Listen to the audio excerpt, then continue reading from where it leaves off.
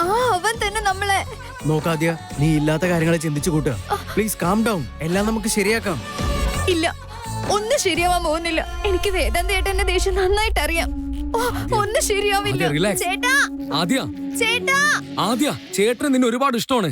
അതുകൊണ്ട് മനസ്സിലാക്ക്, ഒന്ന് റിലാക്സ് ആവ്. പ്ലീസ് ചേട്ടാ, വാതിലോർക്ക്. ചേട്ടാ, ആദ്യ, നിങ്ങൾക്കറിയാലോ എനിക്ക് ഇവനെന്ന് പറഞ്ഞ എന്ത് ഇഷ്ടമാണെന്ന്. പക്ഷെ അവൻ തന്നെയാ എന്നെ ഇപ്പൊ ചേട്ടാന്ന് വിളിക്കണ്ടെന്ന് പറയുന്നത്. ചേട്ടാ, ആദ്യ പ്ലീസ് കാം ഡൗൺ. ചേട്ടാ, വാതിലോർക്ക്. ഒന്ന് സമാധാനപ്പെടും. ചേട്ടാ, ആദ്യ ഞാൻ പറയുന്നത് കേക്ക്. ആദ്യ listen to me, listen to me. ആദ്യ മോളെ ഒന്ന് സമാധാനപ്പെടും. Please relax. ചേട്ടാന്ന് വിളിക്കണ്ടെന്ന് പറഞ്ഞു. നീ വെറുതെ ഇങ്ങനെ എന്നെ ചേട്ടാന്ന് വിളിക്കണ്ടെന്ന് പറഞ്ഞു.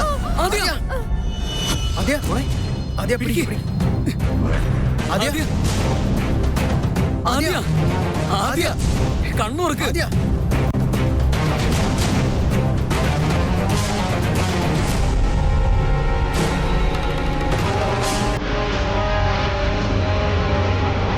ആദ്യ,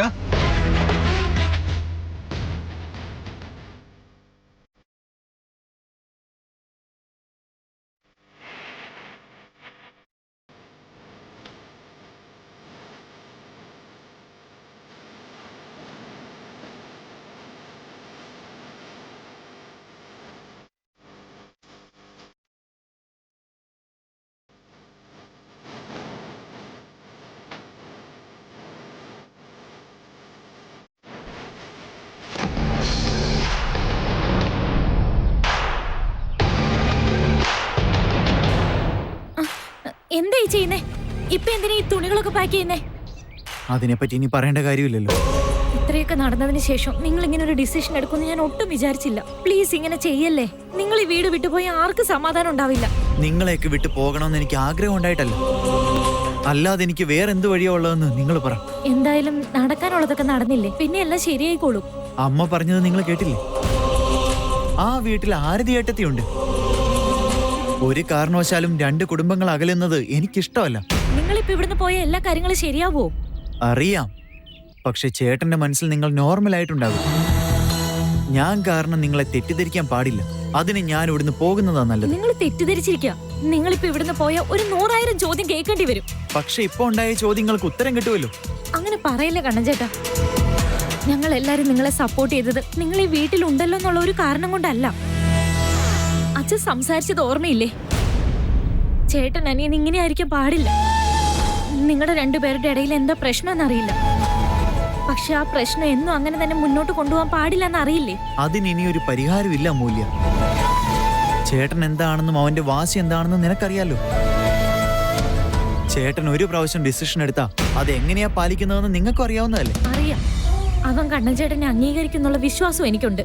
എന്താണെന്ന് വെച്ചാ അവൻ എല്ലാരെക്കാളും നന്നായിട്ട് എനിക്കറിയാം. നിങ്ങളിപ്പോ ഇവിടെ നിൽക്കൂ എന്ന് പറയുന്നതിനും ഒരു കാരണമുണ്ട്. ഒരു കാരണോ? നിങ്ങൾ ഒരുപാട് ദൂരം പോകുന്തോറും പ്രശ്നങ്ങൾ കൂടാനാ സാധ്യത. നിങ്ങൾ ഇവിടെ നിൽക്കുവാണെങ്കിൽ നിങ്ങളുടെ ഇടയിലുള്ള പ്രശ്നങ്ങൾ ഞങ്ങൾക്ക് എല്ലാവർക്കും ചേർന്ന് തീർക്കാൻ പറ്റും. അവൻ നിങ്ങളെ അംഗീകരിക്കുന്ന പോലെ ചെയ്യാൻ പറ്റും. ഞങ്ങൾ തീർച്ചയായിട്ടും നിങ്ങളുടെ കൂടെ ഉണ്ടാവും. ഞാൻ തന്നെ എഴുതി തരാം. അത് നടക്കില്ല.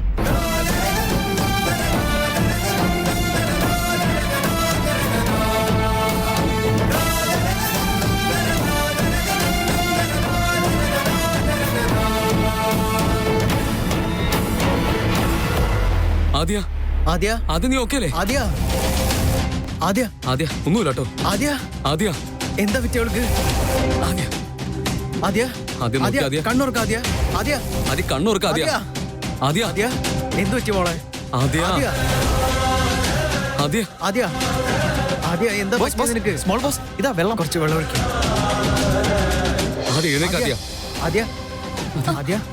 വേദാന്തേട്ടൻ എന്നെ ചേട്ടാന്ന് വിളിക്കണ്ടെന്ന് പറഞ്ഞു. വേദാന്തേട്ടൻ എന്നെ ചേട്ടാന്ന് വിളിക്കണ്ടെന്ന് പറഞ്ഞു. പറഞ്ഞില്ല ആദ്യം. എന്താ ചേട്ടാ?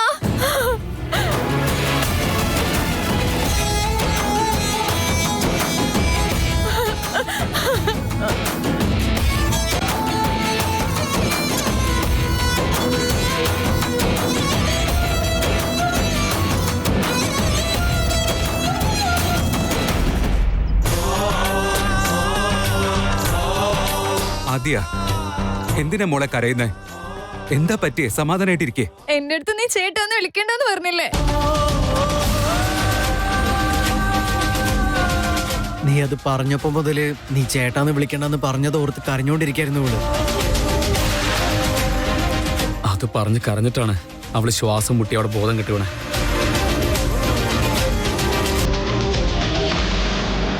I M really very sorry Aadya. ഞാൻ അങ്ങനെ പറയാൻ പാടില്ലായിരുന്നു. ബട്ട് ഞാനത് വേണമെന്ന് വെച്ച് പറഞ്ഞതല്ല മോളെ. ദേഷ്യം എന്നോട് പറഞ്ഞല്ലേ. നിനക്ക് ദേഷ്യം വന്നോ? എന്ത് വേണമെങ്കിലും പറയാമെന്നാ? ഇന്റൻഷനലി അല്ല എന്ന് പറഞ്ഞില്ലേ മോളെ. പറയുന്നവർക്ക് അത് ഈസി ആയിരിക്കും, പക്ഷെ അത് കേൾക്കുന്നവർക്ക് എത്ര കഷ്ടാണെന്നറിയോ? എനിക്കത് എത്ര ഹേർട്ടായിന്നറിയോ? ഐ എം സോറി ആദ്യ. I M really very sorry.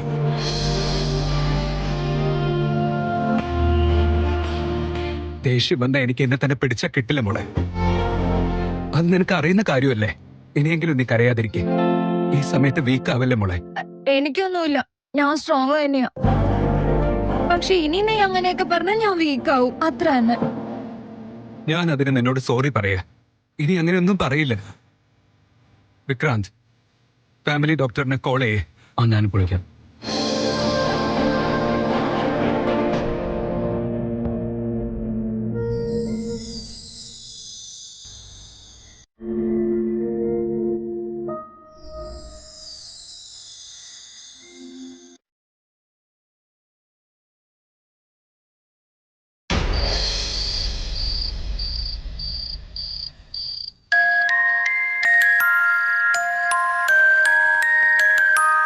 കണ്ണഞ്ചേട്ടൻ ഇവിടുന്ന് എവിടെയും പോവില്ല.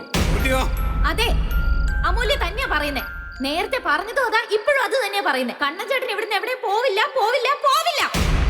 ഒന്നെങ്കിൽ ഇവൻ ഇവിടുന്ന് പുറത്തു പോണം, ഇല്ലെങ്കിൽ ഞാൻ പോയിരിക്കും. കടക്കട നായ പുറത്ത്. വേദ,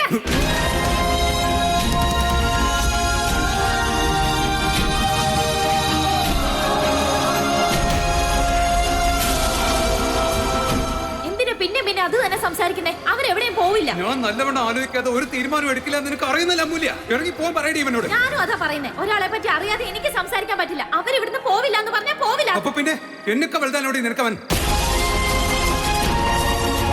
ഇവൻ ഈ വീട്ടിൽ നിന്ന് പുറത്തു പോകുന്നവരെ ഞാൻ ഇങ്ങോട്ടേക്ക് വരില്ല. ഒരു കാരണവശാലും വരില്ല.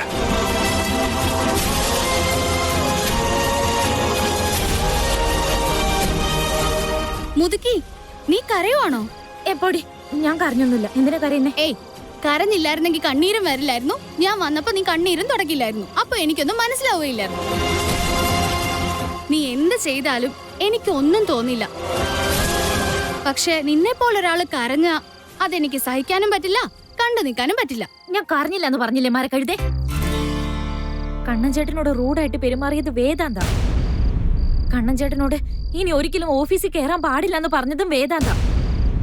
ഈ വീട്ടിലേക്ക് വന്നിട്ട് പ്രശ്നത്തെ ഇത്ര വലുതാക്കിയതും വേദാന്ത് തന്നെയാ.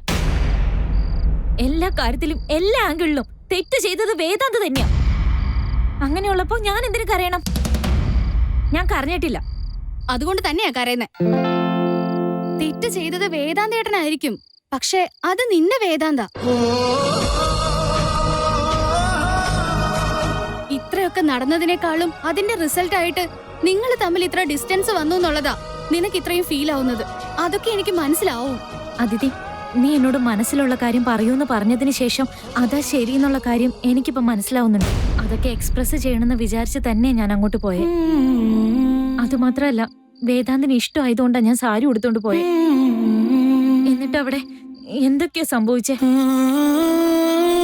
ഇന്നവനെ എല്ലാ ദിവസത്തെയും പോലെ അല്ലായിരുന്നു, നല്ല മൂഡിലായിരുന്നു. നീ സാരി ഉടുത്തിട്ട് രാവിലെ തന്നെ പോയി എന്നറിഞ്ഞപ്പോ ഞാനും അതൊക്കെ തന്നെയാ പ്രതീക്ഷിച്ചത്. വിട്, ചിലപ്പോഴൊക്കെ നമ്മൾ വിചാരിക്കുന്ന പോലെ ഒന്നും നടക്കില്ല. എല്ലാം നടക്കുമായിരുന്നു, പക്ഷെ അവന്റെ ദേഷ്യം കാരണം ഇങ്ങനെയൊക്കെ സംഭവിച്ചത്. മുഖം വീർപ്പിച്ചങ്ങ് നടന്നോളൂ. നീ അതൊന്ന് വേറൊരു ആംഗിളിലൊന്ന് ആലോചിച്ചു നോക്കിയേ. ചേട്ടൻ അങ്ങനെ പെരുമാറിയതില് വേറെന്തെങ്കിലും വലിയ കാരണം ഉണ്ടാവും. അല്ലെങ്കിലും ഇത്ര വലിയ സീക്രട്ട് പെട്ടെന്ന് പുറത്തു വന്നാ ആരെങ്കിലും നോർമലായി ബിഹേവ് ചെയ്യുമെന്ന് പറ. മതി, മിണ്ടാതിരിക്കും. നീ എപ്പോഴും അവന്റെ സൈഡാണെന്ന് എനിക്ക് നന്നായിട്ട് അറിയാം. വെറുതെ അവനെ സപ്പോർട്ട് ചെയ്ത് സംസാരിക്കാൻ നിൽക്കണ്ട. അവന്റെ സൈഡിൽ 100 അല്ല 200% തെറ്റുള്ളത്. ഇങ്ങനെയൊക്കെ സംഭവിക്കാൻ കാരണം അവൻ തന്നെയാ.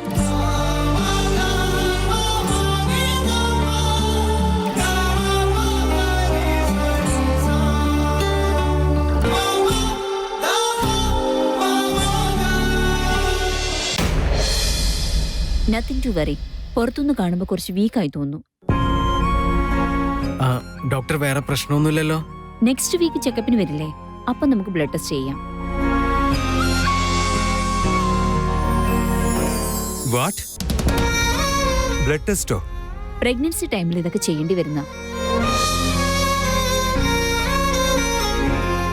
നിങ്ങൾ ഇതിൽ പേടിക്കേണ്ട ആവശ്യമൊന്നുമില്ല. ഇതൊക്കെ കോമണാ. അത് നോർമൽ ടെസ്റ്റ് ആണോ അതോ ഇപ്പൊ ഇങ്ങനെ നടന്നുകൊണ്ട് എന്തെങ്കിലും ചെയ്യുന്നതാണോ? ഇത് വെറും നോർമൽ ടെസ്റ്റ്. ഇതിനും അതിനും തമ്മിൽ ഒരു ബന്ധവുമില്ല. ഇയാൾക്ക് കുറച്ച് റെസ്റ്റ് വേണം. ഉറപ്പായിട്ട് റെസ്റ്റ് എടുപ്പിക്കാം ഡോക്ടർ. അതുമാത്രമല്ല, ഇവർക്ക് ദയവ് ചെയ്ത് സ്ട്രെസ് കൊടുക്കാൻ പാടില്ല. കഴിയുന്നതും ഇവർക്ക് സ്പെഷ്യൽ അറ്റൻഷൻ കൊടുക്കണം. ആരെങ്കിലും ഒരാള് ഇവരുടെ കൂടെ തന്നെ നിന്ന് ഇവരുടെ കാര്യങ്ങളൊക്കെ ശ്രദ്ധയോടുകൂടി തന്നെ നോക്കണം. Okay doctor. കൂടെ നിൽക്കുന്നവരാരെങ്കിലും എന്തെങ്കിലുമൊക്കെ ഒബ്സർവ് ചെയ്യണോ doctor? Good question. Yes, observe ചെയ്തേ പറ്റൂ.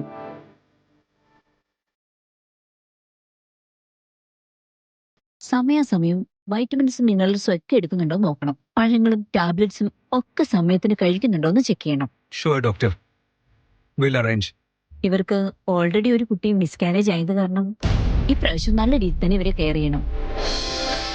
ഒരു രീതിയിലും ഇഗ്നോർ ചെയ്യാൻ പാടില്ല. കാരണം ഇവർക്ക് ഈ പ്രഗ്നൻസി വളരെ ഡെലിക്കേറ്റ് ആണ്. ഇല്ല ഡോക്ടർ, ഇനി അങ്ങനെ ഒരിക്കലും സംഭവിക്കില്ല. ശരി, എന്നാ ഞാൻ ഇറങ്ങാണ്. വരൂ ഡോക്ടർ.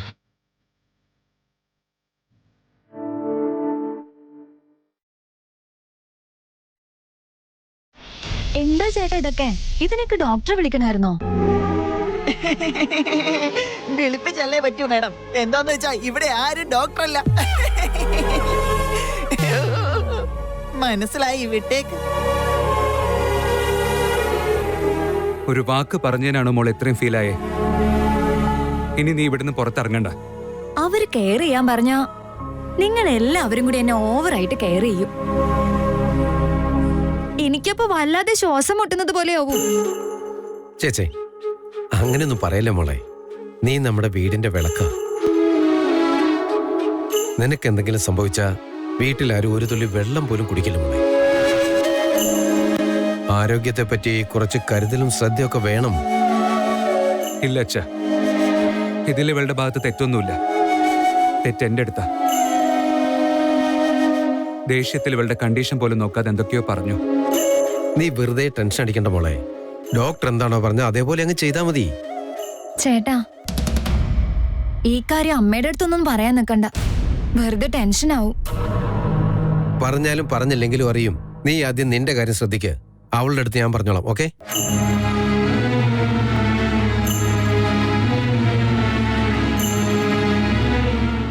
ചേട്ടാ, സോറി.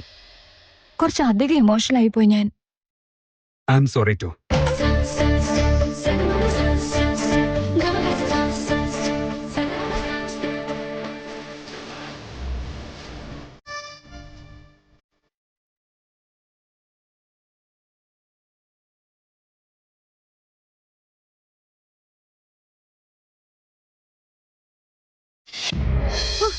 എപ്പ തൊട്ട് ഇത് കട്ട് ചെയ്യുന്നതാ? ഇതാണെങ്കിൽ മുറിയൊന്നുമില്ല. ശരിക്കും കട്ടായാൽ എന്താ നിനക്ക്? ഒരാള് ഞാൻ പറയുന്നത് കേൾക്കുന്നില്ല. മര്യാദക്ക് കട്ടായില്ലെങ്കിൽ എടുത്തെറിഞ്ഞു കളയും.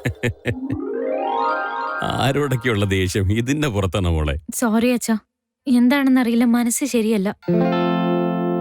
ഒരു ജോലി ചെയ്യാനും തോന്നുന്നില്ല അച്ഛ എനിക്ക്. അങ്ങനെയാണെങ്കിൽ കുറച്ചു നേരം പോയി കിടന്ന് ഉറങ്ങുമോളെ. അല്ലെങ്കിൽ പോയി കുറച്ചു നേരം പുസ്തകം വായിക്കുക. അപ്പൊ ശരിയാവും. ഇല്ല അച്ഛാ, അതൊക്കെ ഞാൻ ആദ്യം ട്രൈ ചെയ്തു. പക്ഷെ ആദ്യം എഴുന്നേറ്റത് ഞാനാ. പ്രശ്നത്തിന് പരിഹാരം വേണം മോളെ.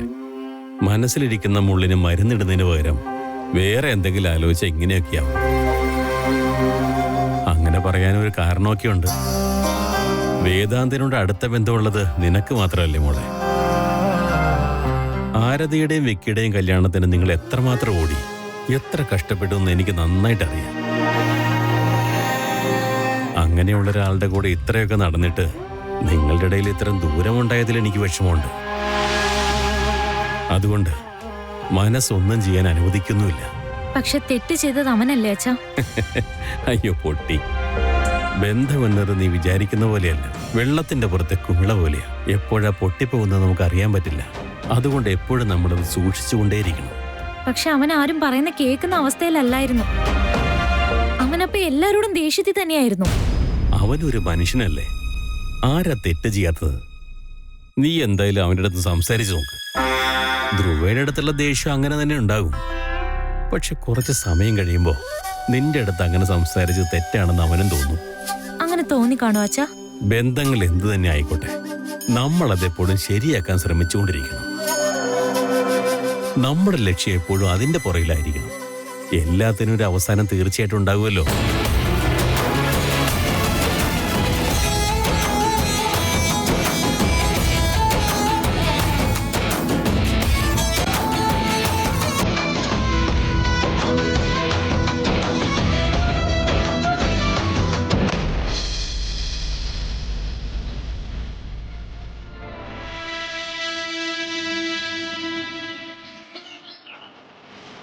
വേദാന്ത്, നീ എന്താ ഇത്ര ആലോചനയോടെ നിൽക്കുന്നേ? ശ്രീധരൻ എൻ്റെ അടുത്ത് കാര്യങ്ങളൊക്കെ പറഞ്ഞു. പറഞ്ഞെന്ന് വെച്ചാ എന്താ പറഞ്ഞതമ്മേ? നീ ഇങ്ങനെ എന്തെങ്കിലും കാര്യം ആലോചിച്ച് എന്ന് ഡിസ്റ്റർബ് ആകുന്നുണ്ടെങ്കിൽ അത് ധ്രുവയുടെ കാര്യത്തിലായിരിക്കും. But I can believe it Vedant. നമ്മളാരും അറിയാതെ ധ്രുവ ഇത്രയും ദിവസം പ്രമേളയുടെ വീട്ടിലായിരുന്നു എന്ന് വെച്ചാ എന്തായാലും നടന്നത് നടന്നു വേദാന്ത്. നടന്നു വെച്ചാ എന്താ അമ്മ അർത്ഥം? അതിന് വേറൊരു അർത്ഥവും കാണാനുള്ള സാധ്യത ഇല്ലല്ലോ വേദാന്ത്. എത്ര ദിവസം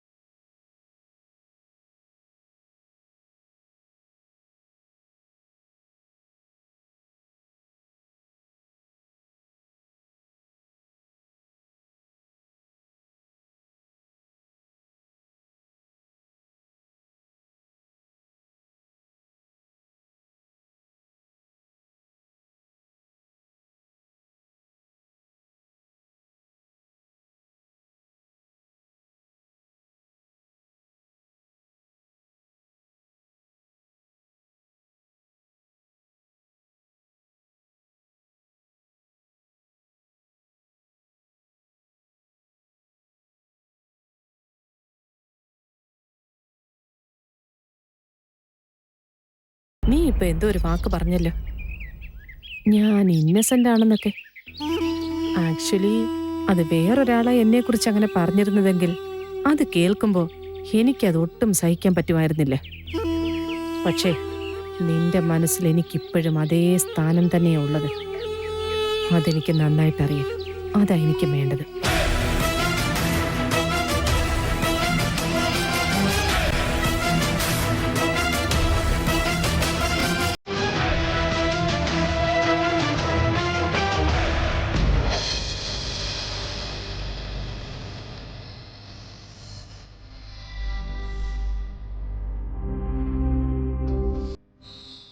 എന്താ വിക്കി, നീ എന്താ ഈ ആലോചിക്കുന്നത്? ഡാഡ്, എന്റെ ഭാഗത്തും തെറ്റുണ്ടെന്ന് എനിക്കറിയാം. പക്ഷേ ആ പ്രശ്നം ഇത്രയും വലുതാണെന്ന് എനിക്കറിയില്ലായിരുന്നു. ആ ഒരു തെറ്റ് കാരണം എന്റെയും പിന്നെ ചേട്ടന്റെ ഇടയിലായിട്ട് ഇത്രയധികം ഡിസ്റ്റൻസ് വരുന്നത് ഞാൻ എക്സ്പെക്ട് ചെയ്തില്ല അച്ഛാ. നീ കരുതുന്ന പോലെ അവൻ അത്ര സീരിയസ് ആയിട്ടൊന്നും എടുത്തിട്ടില്ല. നീ ഒന്ന് സമാധാനപ്പെട്. നീ അവന്റെ അടുത്ത് സംസാരിച്ചായിരുന്നോ? അച്ഛൻ അങ്ങനെ കരുതുന്നുണ്ടാവും, പക്ഷെ അങ്ങനെ ഉണ്ടാവാൻ സാധ്യതയില്ല. എന്താന്ന് വെച്ചാ എനിക്ക് ചേട്ടൻ നന്നായിട്ട് അറിയാണ്ടാ. ആദ്യ ഒരു പ്രാവശ്യം ധ്രുവിന്റെ കാര്യം പറഞ്ഞില്ല എന്ന് പറഞ്ഞിട്ട് എന്നോട് ദേഷ്യപ്പെട്ടതായിരുന്നു. അക്കാര്യം ശരിയാക്കിയല്ലോ, ഇപ്പോഴും അതുപോലെ തന്നെ നടക്കുന്നു. അത് ശരിയാക്കിയതൊന്നുമല്ല, എന്തോ ഭാഗ്യം കൊണ്ട് ശരിയായി പോയതാ. അവന്റെ അടുത്ത് ധ്രുവനൊന്ന് സപ്പോർട്ട് ചെയ്ത് എന്തെങ്കിലും ഒരു കാര്യം പറഞ്ഞാല് അവൻ ആകെ ദേഷ്യപ്പെടും. അവൻ അതൊന്നും മനസ്സിലാവുന്നില്ല. ഇപ്പോഴും ഞാൻ അവനെ കൺവിൻസ് ചെയ്യാൻ വേണ്ടി നോക്കുമ്പോഴും എന്റെ സിറ്റുവേഷൻ പറഞ്ഞ് മനസ്സിലാക്കാൻ ശ്രമിച്ചാലും ഹി വുഡ് അണ്ടർസ്റ്റാൻഡ്. അവൻ നിന്റെ ചേട്ടനല്ലേടാ, ഇടയ്ക്ക് ദേഷ്യപ്പെട്ടു ഇരിക്കും. രാത്രി അവനും പശ്ചാത്താപം തോന്നിയിട്ടുണ്ടാകാം. നീ പോയി ഒന്ന് സംസാരിക്കേ. എന്തോ ഇപ്പൊ എന്നെ എൻകറേജ് ചെയ്യുന്നോണ്ട് എനിക്ക് എവിടുന്നോ കുറച്ച് ധൈര്യമൊക്കെ വരുന്നുണ്ട്. പക്ഷെ എനിക്കറിയാം ഇത് വർക്കൗട്ട് ആവില്ലെന്ന്. Let's see.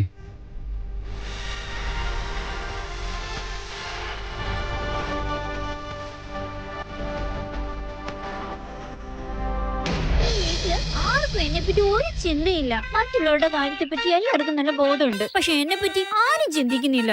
എല്ലാവരുടെയും ജോലിയും കാര്യങ്ങളും ഒക്കെ നടക്കും. പക്ഷെ എന്റെ കാര്യത്തെ പറ്റി ആരും ചിന്തിക്കതേയില്ല. അയ്യോ, എന്തിനാ കൊച്ചെ എപ്പോഴും ഇങ്ങനെ സൗണ്ട് ഉണ്ടാക്കുന്നേ? അതുകൊണ്ട് തന്നെ ഒച്ച വെച്ചത്. അവസാനത്തെ കുട്ടിയായിട്ട് മാത്രം ഒരിടത്തും ജനിക്കരുത്. ആർക്കും അവളെ പറ്റി കരുതലേ ഉണ്ടാവില്ല. അഞ്ജു, അമ്മ ഓഫീസിലേക്ക് പോകും. അച്ഛൻ ഡ്യൂട്ടിക്കും പോവല്ലേ. ഇനിയുള്ള കണ്ണനാ. അവൻ ഓട്ടോ എടുത്തോണ്ട് പോകും. പിന്നെ വീട്ടിലുള്ള ഞാനാ. നിന്നെ എടുത്ത് മടിയിലിരുത്തി താലോലിക്കാനുള്ള ശക്തി ഒന്നും എനിക്കില്ല കുഞ്ഞെ. നീ വെറും കൊച്ചുകുട്ടിയൊന്നും അല്ലല്ലോ. നീ 10ാം ക്ലാസ് കഴിഞ്ഞു. കൂടാതെ നല്ല മാർക്ക് വാങ്ങിച്ചിട്ടുണ്ട്. അതും ഇതും തമ്മിൽ എന്ത് ബന്ധം അമ്മേ? ഇത്രയും മാർക്ക് വാങ്ങിച്ചിട്ട് എനിക്ക് ഇവിടെ ഒരു വില പോലും ഇല്ല. വെറുതെ പഠിച്ച് മാർക്ക് വാങ്ങിച്ചാൽ മാത്രം പോരാ. കുറച്ച് ബുദ്ധിയും കൂടെ തലയിൽ കൂടെ വേണം. ബുദ്ധി ഉള്ളോണ്ടാ ഇത്ര മാർക്ക് കിട്ടിയത്. ഞാൻ പൊട്ടിയായിരുന്നു നടക്കുമായിരുന്നോ?